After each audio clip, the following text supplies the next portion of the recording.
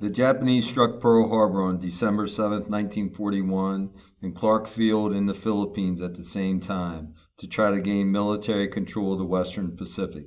By shattering American forces everywhere in the region, they hoped that the United States would withdraw, leaving them easy access to the natural resources of Southeast Asia.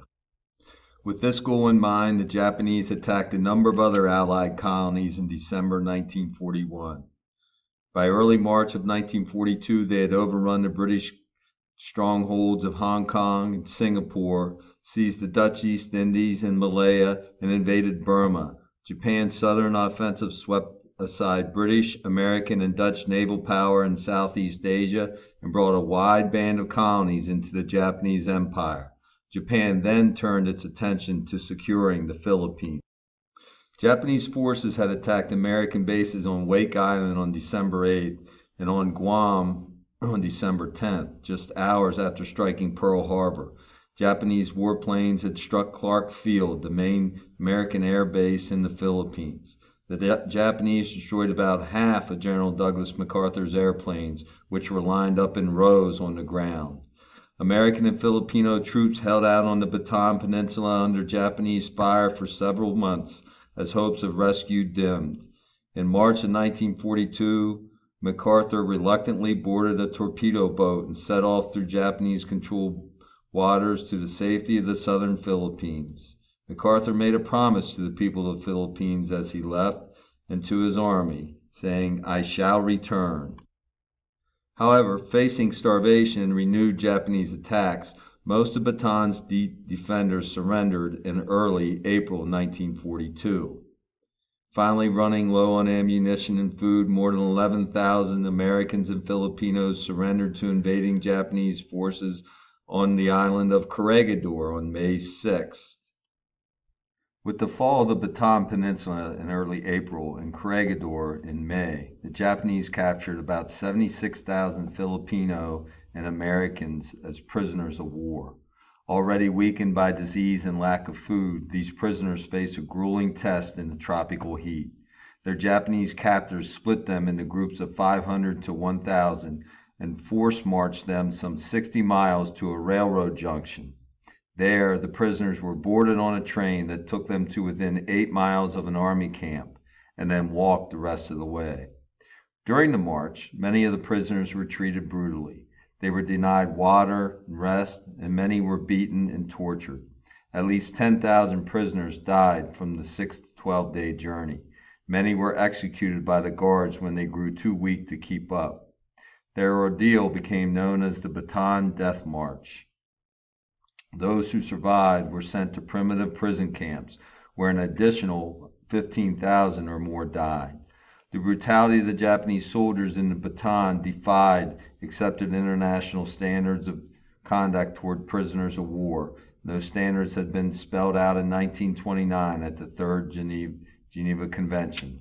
Prisoners of war shall at all times be humanely treated and protected, particularly against acts of violence. China had joined the Allies on December 9, 1941, by officially declaring war on Germany, Italy, and its longtime foe, Japan. The United States had already sent military advisors and lend-lease arms and equipment to China. They hoped to strengthen China and thus divert Japan from the drive to conquer Southeast Asia. At Pearl Harbor, Japan had not achieved one of its main goals, to destroy the 3 aircraft carriers that formed the heart of the Pacific Fleet. 2 of the carriers, the Lexington and the Enterprise, had been away at sea during the attack, accompanied by the fleet's heavy cruisers. The third, the Saratoga, was undergoing repairs in California. These carriers would prove to be important American weapons in the war at sea. The carriers had become floating airfields, greatly extending the area in which warplanes could fly. These planes now included dive bombers and torpedo bombers capable of destroying enemy ships. Japan had used aircraft carriers as a base for the attack on Pearl Harbor. In April of 1942, a group of American B-25 medium bombers took off from the aircraft Hornet on their own secret mission. Led by Lieutenant Colonel James Doolittle, the planes flew 650 miles to Japan to carry out a daring American counterattack. Doolittle Squadron dropped bombs on Tokyo and other cities before crash landing in China. Most of the pilots survived. The Doolittle raid caused little physical damage, but it shocked Japan's leadership and boosted Allied morale at a crucial time. Japanese forces continued to advance across the Pacific, and the battered American Navy fought desperately to stop them. The fall of the Dutch East Indies opened the way to Australia, and in May of 1942, a largely American naval group engaged a superior Japanese fleet in the Coral Sea, northeast of Australia. In the Battle of Coral Sea, aircraft launched from aircraft carriers bombed and strafed enemy ships more than 70 miles away. The 5-day battle cost both sides more than half their planes. The Japanese destroyed the Lexington and badly damaged the Yorktown, another carrier. One Japanese carrier sank, another lost most of its planes, and a third was put out of action. The battle was a draw, but it prevented the Japanese from invading Australia. The Battle of Coral Sea also opened a new chapter in naval warfare. It was the first naval combat carried out entirely by aircraft. From now on, aircraft and aircraft carriers would play a central role in the naval battles in World War II in the Pacific.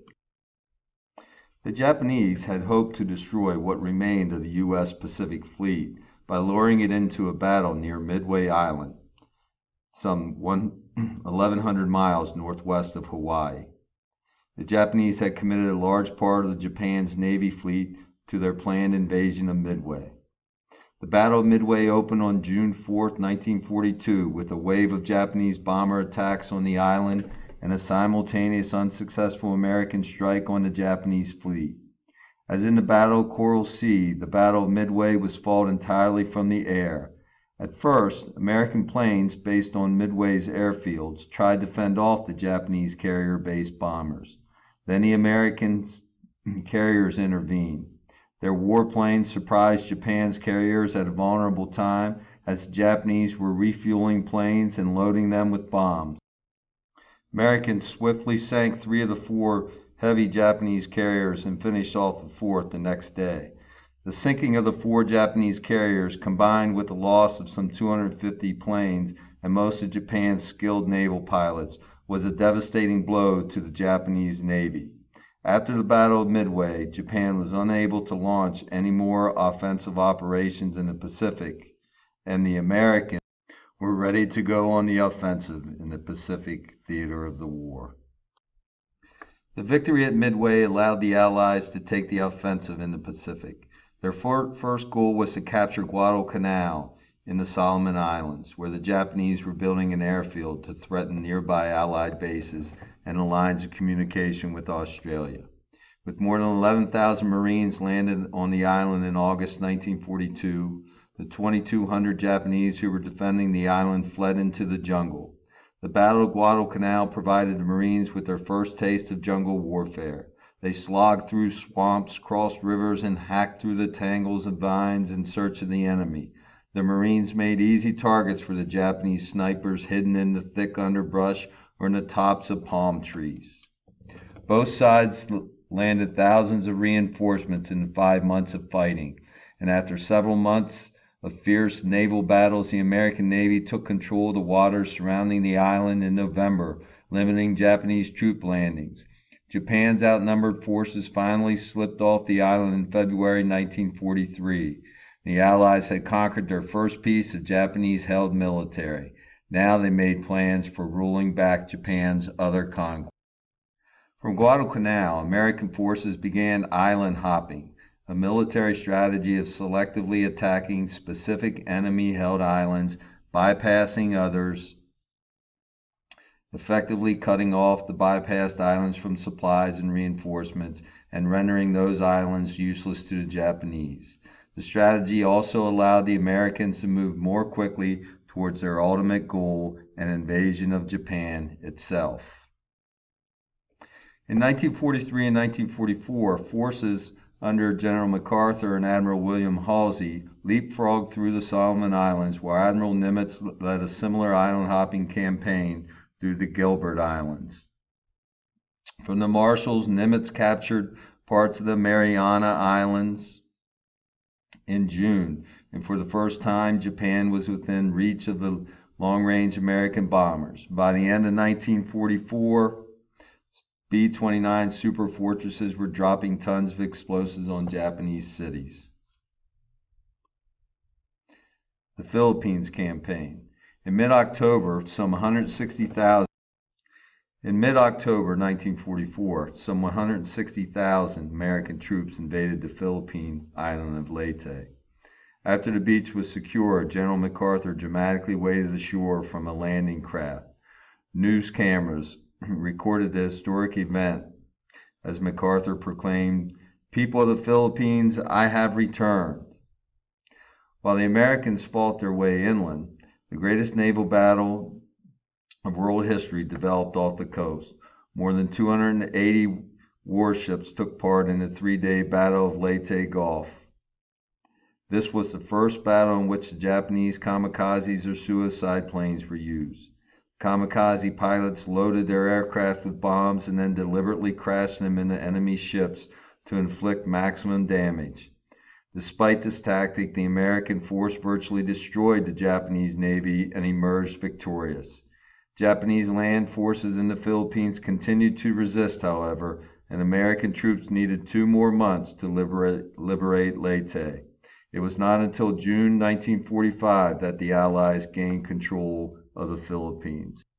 The fighting grew deadlier as American troops moved closer to Japan.